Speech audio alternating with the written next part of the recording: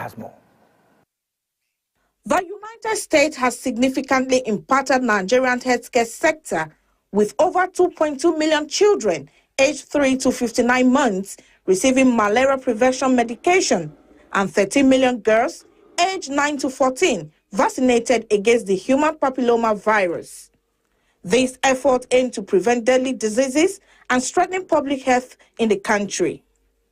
These achievements were part of the U.S. government's extensive foreign aid program, which in 2024 alone allocated $370 million for health, $310 million for humanitarian assistance, and millions more for education, agriculture, and security.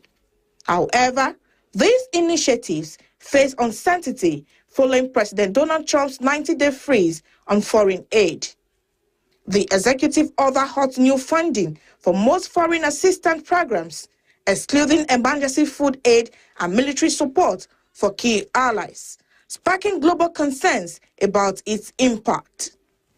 For Nigeria, the freeze could disrupt critical health programs, including HIV/AIDS and malaria initiatives that millions depend on.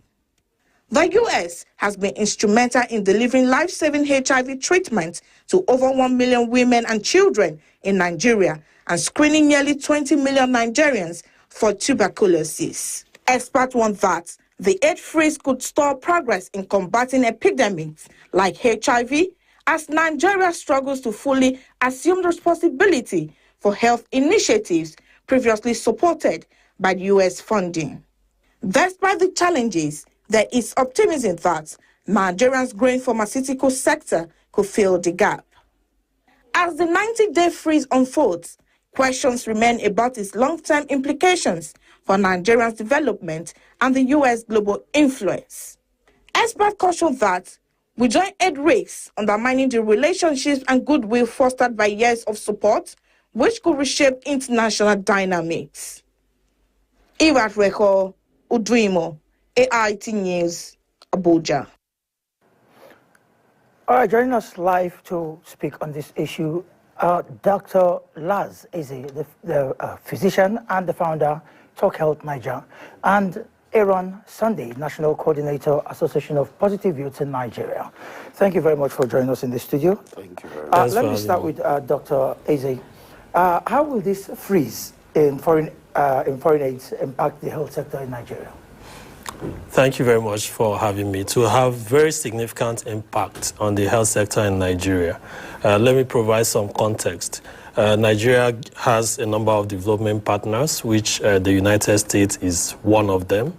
And the total health expenditure in Nigeria, out of pocket, that's from you and I and other citizens of Nigeria, is actually more than 70%. All the donor support put together is probably about 5% or less. However, the areas where this support goes to is quite significant, as we mentioned in the report that was just given. The HIV is programming, tuberculosis, malaria, maternal and child health, and it supports procurement. Some of the antiretroviral drugs, some of the test kits that are being supplied to states across the country. Of course, government of Nigeria also provides funding in addition to what development partners provide. So what this has done is there's an abrupt stoppage of everything. So normally every month from the Central Medical Store in Abuja, medications, commodities are shipped to the states, and from there to the health facilities. The implication of this is any of those commodities that has support from U.S. government cannot move. And what that also means that those who rely on this for their monthly diagnostics and treatments will not receive medication, and it has very huge implication. The abrupt nature of it is something that could be likened to... What could be the high point of the implications of this stoppage?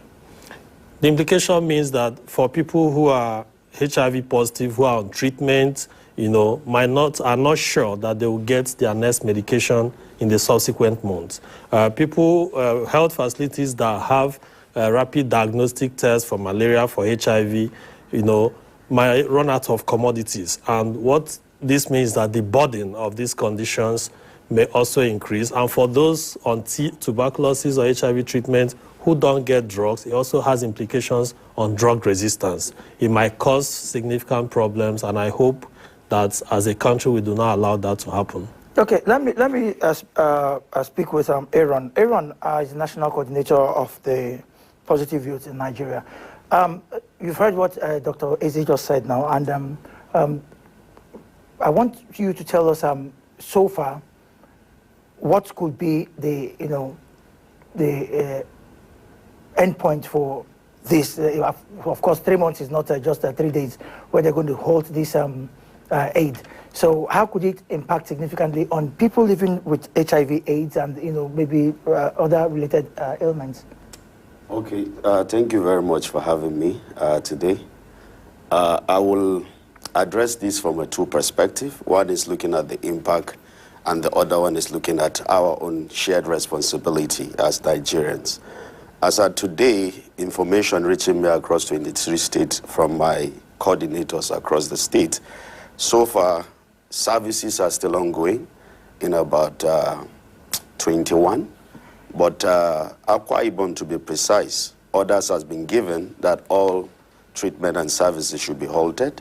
And then we know that Nigeria also provides services for other vulnerable groups that might not, in the context of law, be identified. And we are seeing that some of the one-stop shop that we have across the states, they have been shut down. And IPs that have been heavily funded by U.S. government are also being told to vacate offices they have ceased work. Now, the implication is this. If you look at this, we are talking about a country with a prevalence of about 1.5 and about 1.5 million or 1.9 million people live with HIV. If we are not being deliberate in ensuring that treatment continue without disruption, there is chances that Nigeria will rebound and will have more incident increasing among those that were never infected before.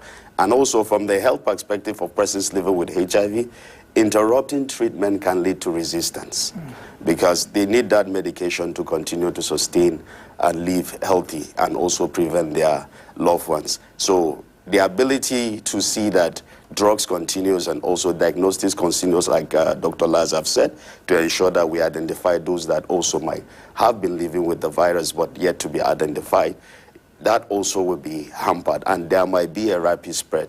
I'm also careful not to over-exaggerate, but we might face death. We might face death because there are people that are already at a critical stage of the treatment, that drug is what sustained them. So putting a halt for treatment, that will be a very huge risk that we should not allow because we might lose a lot of people. Then from the perspective of shared responsibility, Dr. Laz have already emphasized to you about 70% of out-of-pocket expenditure comes from us. And then if you look at the report we have with in our hands now with the NASA that was done in 2021, 96.1% of HIV investment is done by foreign aid. Only 3.9% is actually done by the government of Nigeria. So what it means is that only 3% of funding are contributed by our own government for HIV. And if you look at it again from the context of the reality we have today, in this same Abuja, the Abuja Declaration was initiated for 15%. The 49 trillion that was enacted for 2025, we only have about 4.81% that is even allocated to health. And within the health budget itself, it's only about 3.9% that is allocated for HIV. So if we look at it from the funding aspect and look at it from the reality that we're here, it is high time that the government of Nigeria make deliberate attempt, and so that our reliance will not be more towards foreign aid, but around our own domestic. Okay, Mr. Sunday, you've made mention of the fact that Nigeria contributes just 3%, and a glitch from the US is already causing so much ripple effects in the country. Are there other groups or governments that can step into these shoes? Well, if the US decides to pull out today, is there hope from any other donor groups or governments? To be very frank, the government of Nigeria, NACA, have stepped up to say we want to start owning the response. And at initial stage, they were taking care of provision of services for about 50,000 of persons living with HIV in Nigeria and moved to 150,000. But as at today, as we talk, as we are speaking, PEPFAR, who is the U.S. funded agency for AIDS relief in Nigeria, are in charge of about 32 state health facilities in the country. So imagine having a 36 plus 1 state, and over 32% are being provided, the services provided are being financed and supported by U.S. government. It's a catastrophe for us as a country. So it's a very urgent call for the nation, for the government, to realize that if U.S. government indeed, in these 3 months, come back to say, we are no more continuing the U.S. PEPFAR funding, we're in deep problem. Okay, let me still ask Dr. Laz this same question.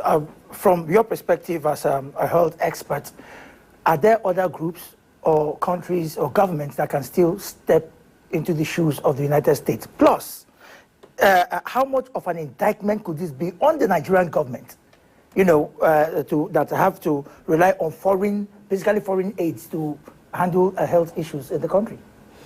Thank you very much. This policy decision by the U.S. government came abruptly, though not entirely unexpected, given the disposition of the current leadership of the United States.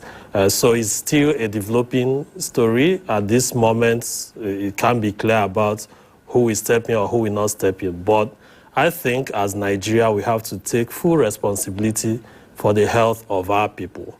It shouldn't depend on the benevolence, on the charity of any country whatsoever. If anyone brings support, why not? We could take such support, but not to the extent that withdrawal of such support could abruptly disrupt our system and put the lives of the Nigerian people in jeopardy, as the current one currently, would likely happen, assuming the government does nothing about it. I'm optimistic because of the leadership at the Federal Ministry of Health and the people in charge who I believe know the implications. I suppose, or I feel that by now there should be high-level engagement and meetings and talks, not only at the federal government, but also at the states, because both the federal, state, local, everybody have responsibility to the life of Nigerians. The Constitution said we all have rights to life, and there can't be right to life without right to health. So it's for us as a country, this should be a signal for us to take full charge, irrespective of the decision that the government of the United States will make after 90 days. We owe that responsibility to our citizens as a people, whether those living with HIV, tuberculosis, malaria, any kind of health situation, to provide monies, funding, and take care of our citizens. Thank you very much.